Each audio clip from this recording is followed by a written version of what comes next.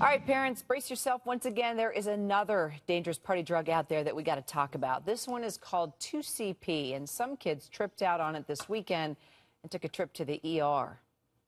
I've never heard of this hallucinogenic drug. 2C-P, something like that? But evidently it raised hell here last night with these kids. Police say it was at 10:30. A concert featuring electronic dance music was in full party mode.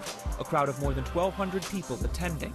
Suddenly, 4 of them collapsed, almost simultaneously, and then 3 others started having medical trouble. Police say they took a drug called 2C-P, a powerful hallucinogenic. One young man didn't have a pulse and wasn't breathing. 16 and 17 years old, you're naive.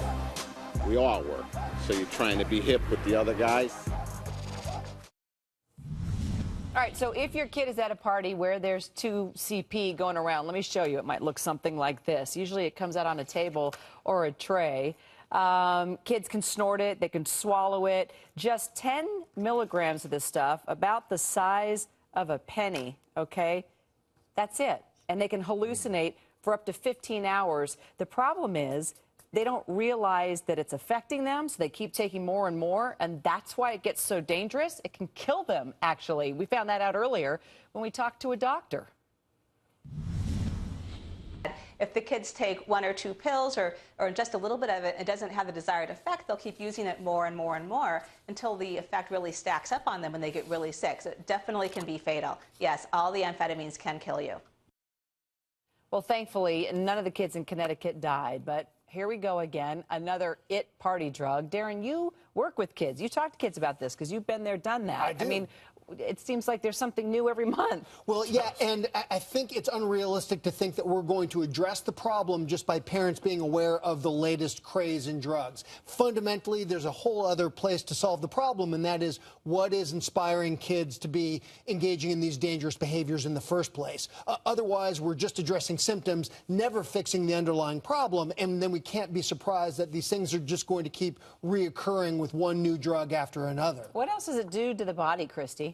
All right, well, this is what we know. Doctors say 2C-P is a synthetic amphetamine drug, as we've been talking about, but it basically, it's an upper that makes you hallucinate, and it starts kind of messing with your head and perception. This is several hours after you take it, and then it speeds up the heart rate. It jacks up your body temperature and your blood pressure, and then boom, you pass out.